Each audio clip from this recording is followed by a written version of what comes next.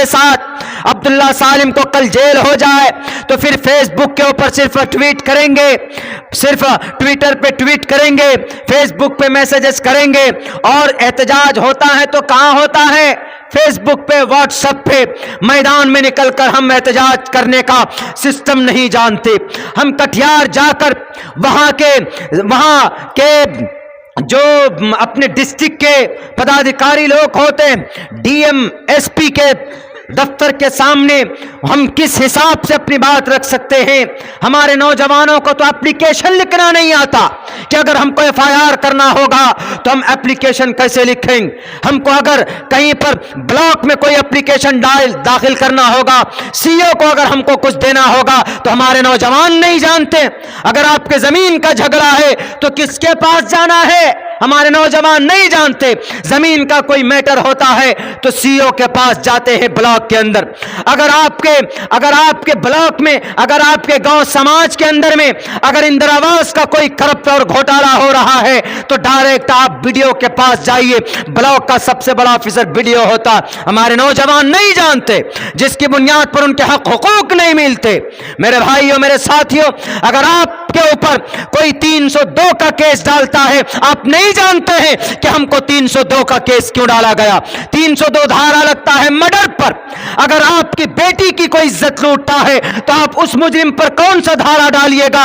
آپ پولیس والوں کو کہیے کہ ہماری بیٹی کی عزت و آبرو کو لوٹا، سماج کی بیٹی کی عزت و آبرو کو لوٹا، 376 کا دھارا لگاؤ جو ریپسٹ کے لیے لگایا جاتا۔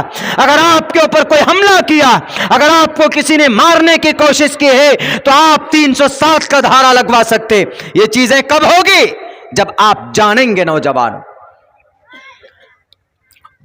واٹس ایپ پہ تو بہت آسان ہے، واٹس ایپ پہ آئی لو یو لکھ کر بھیج دیتے، لیکن اور دوسرے میسیجز نہیں جانتے۔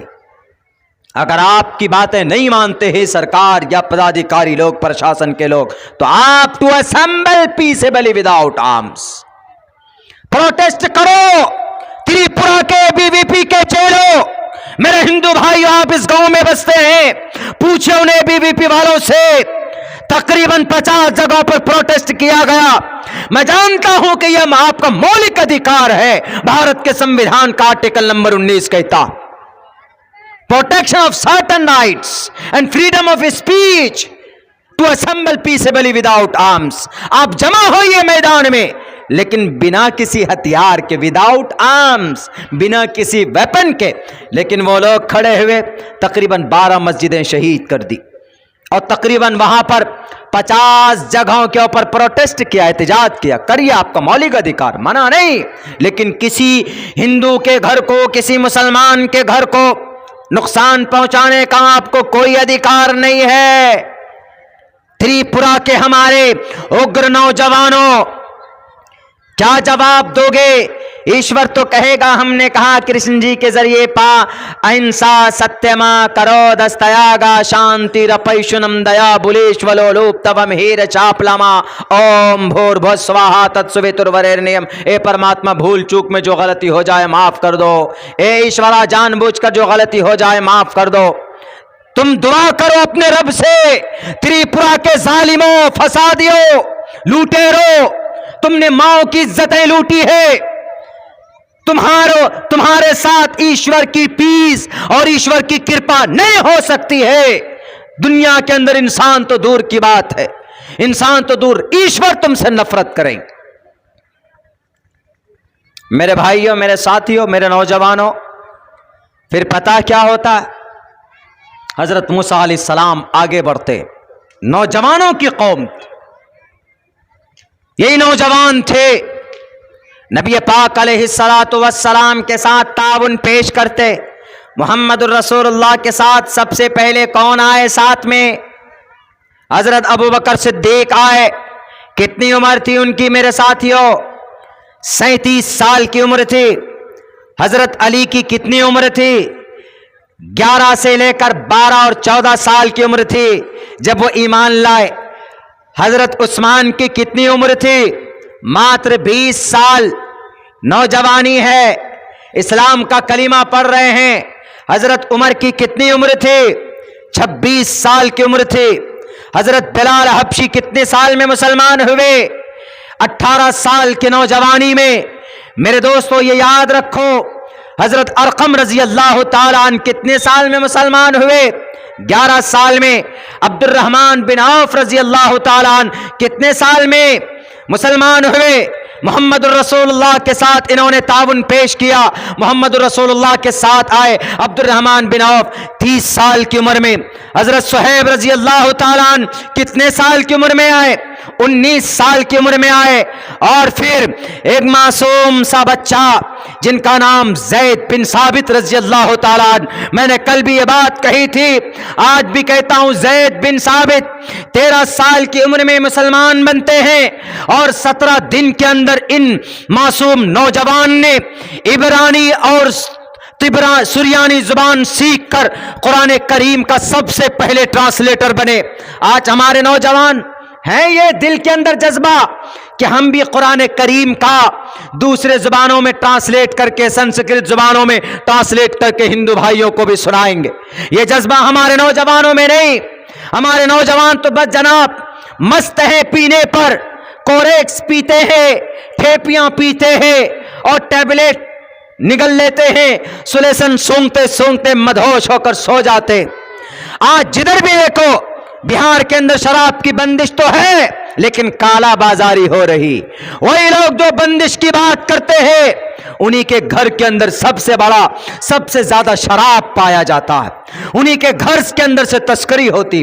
33,000 کروڑ روپے منافع کو پسے پشت ڈال کر بہار سرکار نے اس کے اوپر بندش لگائی، مگر اندر خانہ جناب بنگال سے، نیپال سے شراب کی بڑی بڑی گاڑیاں آ جاتی ہے، اور ان شراب کی دہلیز پر اور اس شرابی زندگی میں سب سے زیادہ کون؟ ہمارے نوجوان، ہمارے دوست، ہمارے پیارے بچے۔ ہمارے اسکول میں کمپلین آیا آج صبح، ہم جلسہ کر کے گئے، سوئے، نماز پڑھ کر 9 بجے اٹھنے کے بعد ہمیں آن لائن کچھ پیپرز کرنے، ہم پہنچے تو ایک گارجن آیا اپنے بیٹے کو لے کر، چھوٹا، میرے اسکول میں ہی پڑھتا، بولا حضرت یہ دیکھ رہے کتنی عمر ہے؟ ہم نے کہا کہ 10 سال عمر ہوگی۔ بولا یہ گٹکا کھاتا ہے ابھی سے، گٹکا اور کھینی بھی کھاتا ہے۔ ہم کو یاد ہے جب ہم چھوٹے تھے تو ابا مچھلی پکڑنے کے لیے گئے تھے ندی میں، تو بنسی ہوتی ہے وہ ڈنڈے والا، ہمارے یہاں بنسی بولتے ہیں، اس سے مچھلی پکڑتے، تو ہم بھی ساتھ میں گئے ابا کے ساتھ میں۔ ابا بولے بیٹا تم یہیں بیٹھو میں مچھلی پکڑتا ہوں، پکڑنے لگے۔ ابا کے پاس آج بھی ہمارے دادا تاؤ چچا کے پاس ایک ٹھپیا ہوگی جس میں کھینی رکھتے، کھینی تمباکو مطلب رکھتے، آج بھی رکھتے۔ ہم نکال کر کے اس میں سے 2 ٹکڑا لے کر ہم کھا گئے۔ 6 گھنٹے تک مجھے ہوش ہی نہیں آیا تھا۔ مجھے ایسے آج بھی اگر ہمارے سامنے کوئی سگریٹ پی لے، کوئی بیڑی پی لے تو ہم کو چکر آ جاتا ہے، ہم سے برداشت نہیں ہوتی ہے وہ چیز۔ لیکن ہمارے نوجوان باپ، ہم کو تعجب ہوا کہ اتنا چھوٹا بچہ 10 سال عمر ہے، بلا حضرت چبا چبا کر کھا جاتا ہے۔ گل اس کے کمر میں، گل وہ کرتے ہیں بعض لوگ، جب تک گل نہیں کریں گے تو وہ ٹوائلٹ میں جائیں گے تو ان کا نکلے گا ہی نہیں، وہ جب تک پریشر نہیں ڈالیں گے، ایسی عادتیں ہو گئی۔ بعض لوگ تو بیڑی لیتے ہیں، جب تک بیڑی نہیں جلے گا تو ان کا سگنل نہیں آئے گا، وہ جائیں گے ٹوائلٹ میں، باتھ روم میں، تو وہ ان کا کلیئر نہیں ہو سکتا، عادتیں ہو گئی۔ تو یہ چیزیں ہمیں تعجب ہے اس بچے کو کہاں سے سنگت میں ملی۔ جب پاتا کیا تحقیق کی تو ایک بچہ ہے جو ٹھیلا چلاتا ہے، وہ اس کے سنگت میں کبھی کبھی بیٹھتا ہے، اور وہ لڑکا کوریکس سپلائی کرتا ہے۔ اس کو پہلے گٹکا کھلایا، پھر یہ تمباکو کھلانے کی عادت ڈالی، اور کسی دن بعد کہے گا کہ 200 روپے لاؤ۔ وہ جب ماں باپ اس کے فیس دیتے کہ جاؤ ذرا مولانا عبداللہ کے اسکول میں 300 روپے کی فیس دے دینا، وہ یہاں فیس دینے کے بجائے وہاں پر جا کر وہ کوریکس کا 3-4 ٹھپیا لے گا اور پی کر کے سو جائے گا۔ یہیں سے بچے بگڑ جاتے ہیں ہمارے نوجوان۔ کون بتائے ان نوجوانوں کو؟ میرے ماں اور میرے بہنوں، میری سماج کی بہو بیٹیوں، ان بچوں کو صحیح ٹریک پر لانے کی ذمہ داری بھی آپ کی ہے۔ آپ کا بچہ آپ کے گھر میں کیا کرتا ہے نگاہ رکھیے۔ کوئی جبرائیل نہیں آئیں گے آپ کے بچوں کی نگرانی کرنے کے لیے، آپ ہے ذمہ دار، آپ ہیں اپنے بچے کے پروٹیکٹر۔ اسی لیے کہا ویدوں میں